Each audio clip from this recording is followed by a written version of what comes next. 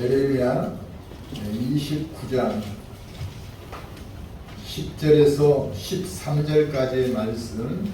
자, 우리 일어서서 한 목소리로 낭독하겠습니다. 여호와께서 이와 같이 말씀하시니라. 바벨론에서 70년이 차면 내가 너희를 돌보고 나의 선한 말을 너희에게 성취하여 너희를 이곳으로 돌아오게 하리라. 여호와의 말씀입니다. 너희를 향한 나의 생각을 내가 아나니 평안이요 재앙이 아니라 너희에게 미래와 희망을 주는 것이니라. 너희가 내게 부르짖으며 내게 와서 기도하며 내가 너희들의 기도를 들을 것이요 너희가 온 마음으로 나를 구하면 나를 찾을 것이요 나를 만나리라.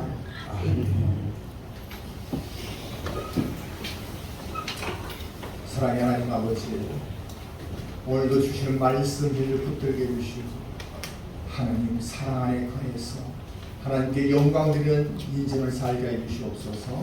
감사로 영영 예수 그리스도의 이름으로 기도합니다. 세상에 살아있는 모든 것은 힘든 고난을 겪으면 연약해지게 됩니다. 그런데 그 고난이 지나고 나면 고난이 주는 유익이 있습니다. 식물학자에 의하면 나무를 잘라보면 둥글둥글한 무늬 모양으로 나이테가 있는데 이 나이테는 나무가 겨울을 보내면서 생겨난다고 합니다. 겨울 동안에는 나무가 성장하지 못하고 힘든 시간을 보냈다는 증거이죠. 자, 그런데 그 나이테 부분은 강에서 나무를 지탱해주는 지지대 역할을 한다는 것입니다. 그래서 나이테가 많을수록 단단한 나무가 되는 것입니다. 사람도 고난을 당할 때는 연약해지는 상태가 됩니다. 그러나 고난을 겪고 나서는 강인한 사람이 되는 것을 보게 됩니다. 뿐만 아니라 고난을 당하면 하나님 안으로 사람들이 들어오게 되는 거예요. 또 기도한 사람이 되게 합니다. 그리고 하나님 사랑과 선한 인도하심을 깨달으며 하나님께 쓰임받는 삶으로 나가게 됩니다. 그래서 광야에서 쫓기는 생활을 하던 다윗은 시편에서 고난당한 것이 내게 유익이라 내가 주의 율례들을 배우게 되었나이다 라는 고백을 하고 있습니다. 자, 우리도 힘든 시기가 올 때마다 나를 사랑하시는 하나님 붙드시고 힘내시기를 축원합니다. 아멘. 하나님께서는 이스라엘을 하나님 백성으로 삼으셨습니다. 그런데 이스라엘이 세대가 바뀌고 풍족한 생활을 하게 되자 그들은 하나님을 멀리하기 시작했습니다. 그들은 이방인의 우상을 섬기고 죄를 범한 채 하나님의 백성으로서의 본을 보이지 못했던 것입니다. 그러자 하나님께서는 그들에게 수없이 고난을 통해 경고를 하셨습니다. 그런데도 이스라엘은 이를 무시하고 계속 자기들의 육적 욕망을 추구하며 하나님을 떠나갔던 것입니다. 결국 오랫동안 참아오신 하나님께서는 어떻게 하셨을까요? 자, 예레미야 25장 9절에 보면은 띄워주세요. 우리 같이 읽겠습니다. 보라, 내가 족족 모든 종족과 내 종 바벨론의 왕 느부갓네살을 불러다가 그 땅과 그 주민과 사방 모든 나라를 쳐서 진멸하여 그들의 놀램과 웃음거리가 되게 하며 땅은 영원한 폐허가 되게 할 것이라 여호와의 말씀이라 이렇게 말씀하셨던 거예요. 자, 악명 높은 이방인 바벨론을 들어서 이스라엘을 고쳐줄 몽둥이로 쓰시겠다는 겁니다. 그래서 바벨론이 와서 어떻게 했습니까? 이스라엘을 쑥대밭이 되게 만들고 수많은 백성들을 포로로 잡아갔던 거예요. 성전 불평은 말할 것도 없고 그 땅에 과일나무도 모두 불태워버렸던 거예요. 그 상황이 되자 백성들은 아마도 땅을 치고 통곡을 하면서 이렇게 울부짖었을 겁니다. 그래도 이스라엘은 하나님의 백성이고 바벨론은 그야말로 악한 이방이잖아요. 하나님을 멸시했던 이방이잖아요. 하나님을 전혀 모른 이방인이 하나님 백성들을 이렇게 난도질하도록 내버려 둘 수 있습니까? 그래도 저희들 중에는 하나님께 제사를 지낸 이도 있지 않습니까? 때로는 기도도 하지 않았습니까? 그런데 우리보다 못한 이방인을 시켜서 이렇게까지 엄청난 재앙을 우리에게 주실 수 있습니까? 하면서 온 백성들의 마음에는 울분이 가득 차올랐을 겁니다. 자, 그렇다면 하나님께서는 왜 이렇게 유독 이스라엘에 대해 하나님을 떠나게 될 때마다 이처럼 심판을 하시고 혹독한 어려움을 주시는 걸까요? 그것은 하나님께서 사랑하는 이스라엘 통해서 인류의 구원을 꿈꾸오셨기 때문입니다. 하나님께서는 그들을 축복하셔서 땅을 주시고 민족을 이루게 해주셨고 하나님 일에 쓰임받게 하셨습니다. 그런데 그들이 축복을 받고 부유해지자 세상을 바라보고 자신들의 욕망이 요구하는 삶으로 나가버렸던 거예요. 하나님의 뜻과 은혜를 잊어버린 거죠. 그렇지만 하나님께서는 인류 구원을 위한 하나님의 계획을 중단하실 수 없으셨던 겁니다. 그래서 이스라엘이 하나님 나라로 다시 돌아올 수 있도록 성질이 포악한 바벨론을 통해 이스라엘을 심판한 도구로 사용하셨던 거예요. 그런데 하나님께서는 뭐라고 말씀하십니까? 우리 10절 같이 한번 보시겠습니다. 여호와께서 이와 같이 말씀하십니다. 바벨론에서 10년 내가 너희를 돌보고 나의 선한 말을 너희에게 성취하려 너희를 이곳으로 돌아오게 하리라 말씀하셨던 거예요. 70년이 차면 너희가 이곳으로 다시 돌아오게 하리라는 약속을 주셨던 거예요. 자, 여기서 선한 말이라고 나오십니다. 여기서 선한 말은 에레미야 25장 12절에서 말씀하신 내용입니다. 우리 같이 한번 보겠습니다. 여호와의 말씀이니라 70년이 끝나면 내가 바벨론의 왕과 그의 나라와 갈대아인의 땅을 그 죄악으로 말미암아 벌하여 영원히 폐허가 되게 하시겠다. 이런 약속인 거예요.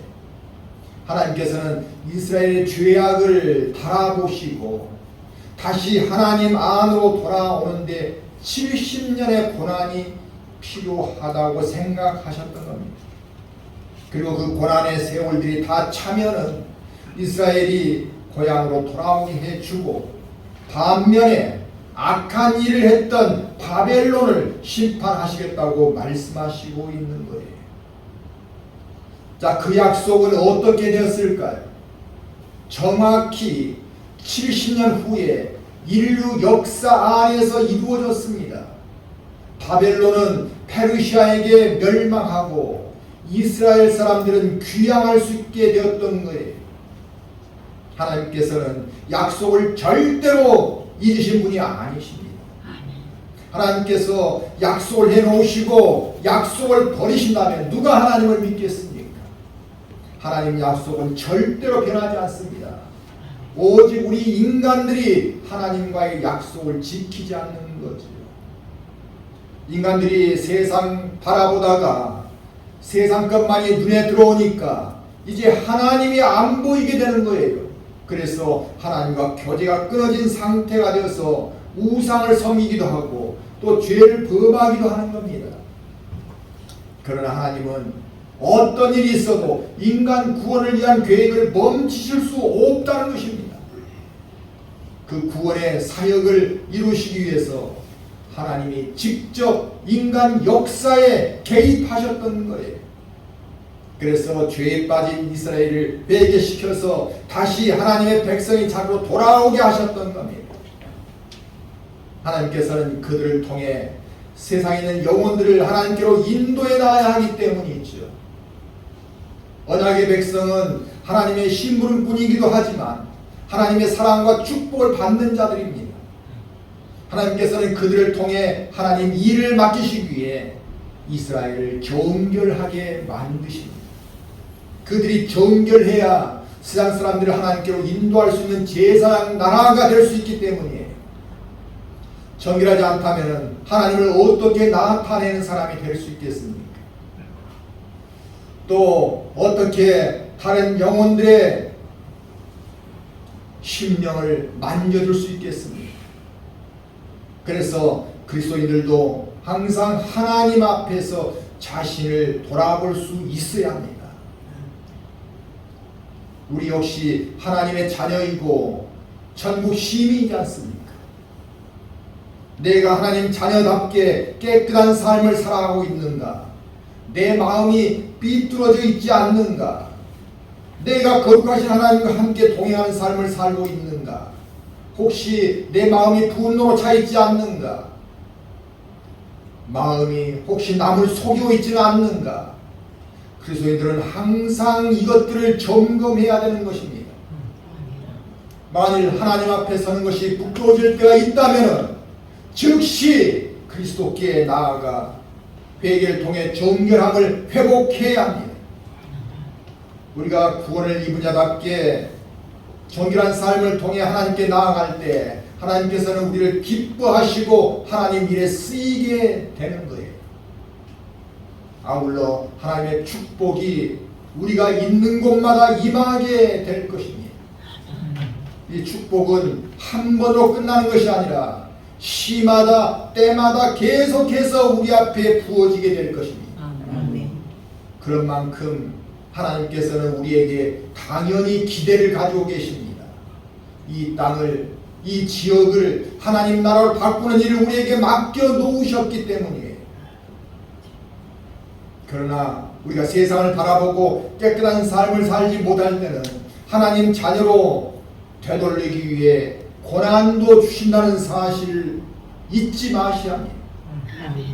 우리가 고난을 받고서야 하나님 내게 왜 이런 아픔을 주십니까?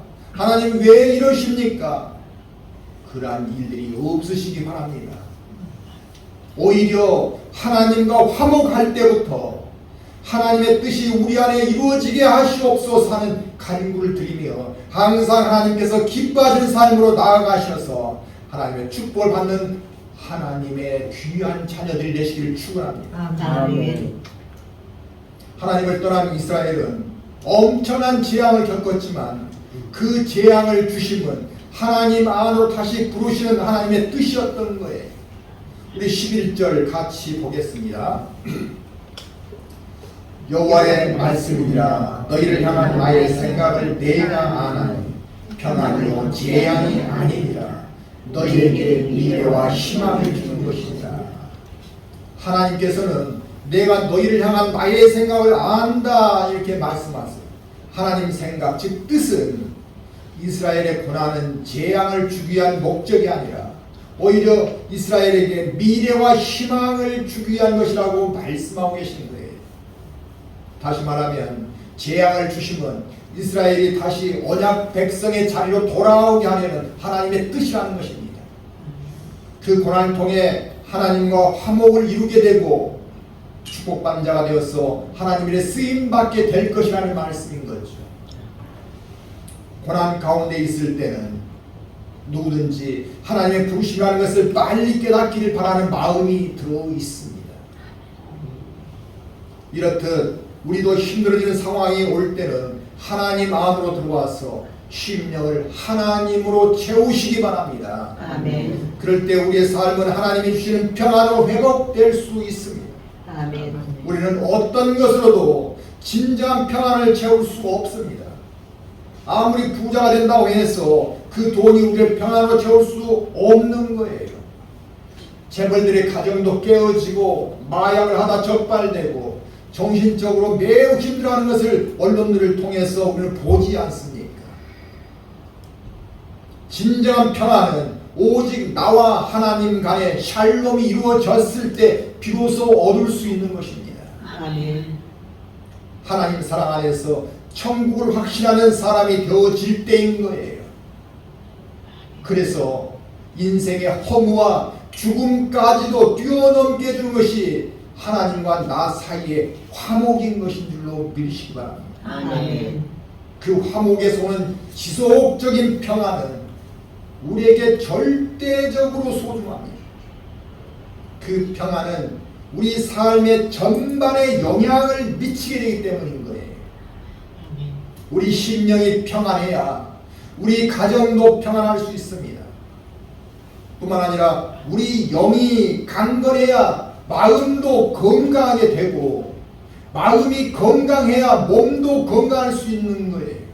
아멘. 그리고 일도 공부도 전념할 수 있습니다. 그래서 미래를 향한 거침없이 도전할 수 있는 내가 되는 거예요. 마음이 평안하면 내 몸에서 좋은 호르몬이 생성됩니다. 그리고 마음이 불편하여 스트레스를 받으면 코르티솔이라는 호르몬이 나와서 여러 장기의 염증을 일으킨다고 합니다. 또 노화를 촉진시킨다고 합니다. 이 염증 상태가 지속되면 결국 각종 질병이나 암이 발생하게 되는 거예요. 그러므로 하나님 안에 들어와서 얻는 평안이 얼마나 큰 축복인지 우리는 알아야 합니다. 아멘. 하나님 주신 평안은 어떤 어려움에도 흔들리지 않는 믿음으로 성장하게 만듭니다. 아멘. 이것을 영적 강건이라고 합니다. 하나님과 친밀한 사이가 될수록 내 영이 강건해질 수 있는 거예요. 하나님께서 무엇보다 나를 사랑해 주시고 선한 길로 이끌어 주시고 계신다는 것을 믿으시기 바랍니다. 아멘. 그 믿음을 통해서 인생을 내 시각으로만 보지 않게 되고 하나님의 선하신 시각으로 바라볼 수 있는 마음의 여유를 가질 수 있는 거예요. 아멘. 오직 하나님의 시각으로 나를 볼 때만이 내 인생에 여유가 있다는 것입니다. 그러기 위해서는 하나님 안에서 자주 나의 삶을 바라보는 묵상의 시간들이 필요합니다. 이것이 우리의 삶의 아름다운 선한 여정인 거예요. 우리가 시간에 쫓기며 사는 것이 아니라 삶에서 시간을 낭비하는 불필요한 것들을 치우며 하나님과 함께 가는 길이 우리의 삶의 여정이 되어야 합니다. 아멘.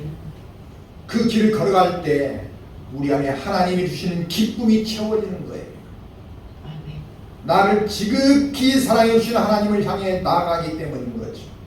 그리고 나의 미래를 축복으로 예비해 놓고 계신 하나님 앞으로 나아가는 것입니다. 아멘. 그래서 하나님 안으로 우리가 들어갈 때 고난은 더 이상 재앙이 아니라 평안으로 바뀌게 되고 하나님께 쓰임받게 되고 미래의 비전을 갖게 해주신다는 그 약속을 붙드시기 바랍니다. 아멘. 그 약속을 단단히 붙잡고 하나님께 영광 드리는 우리 모두가 되시기를 축원합니다. 아멘.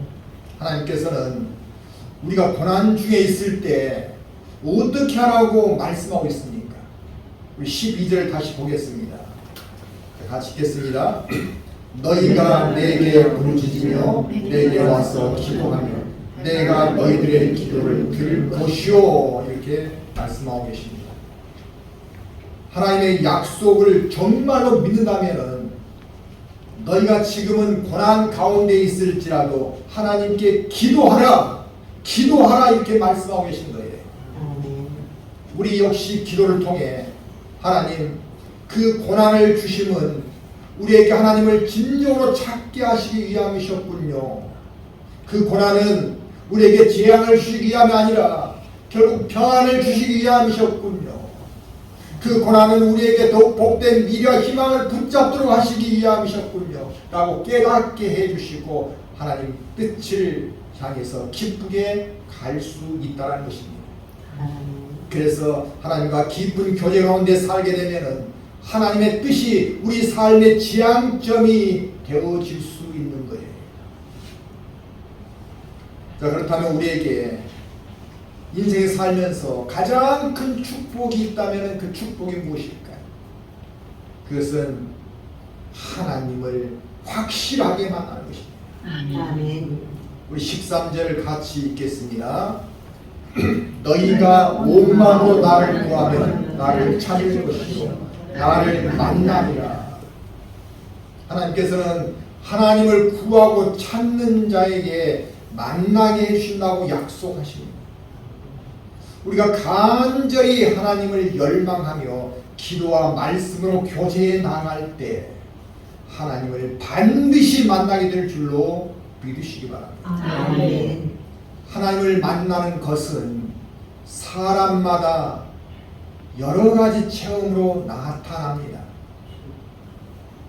그렇지만 가장 흔한 체험은 하나님께서 나와 함께 계시다는 강한 확신이 드는 것입니다.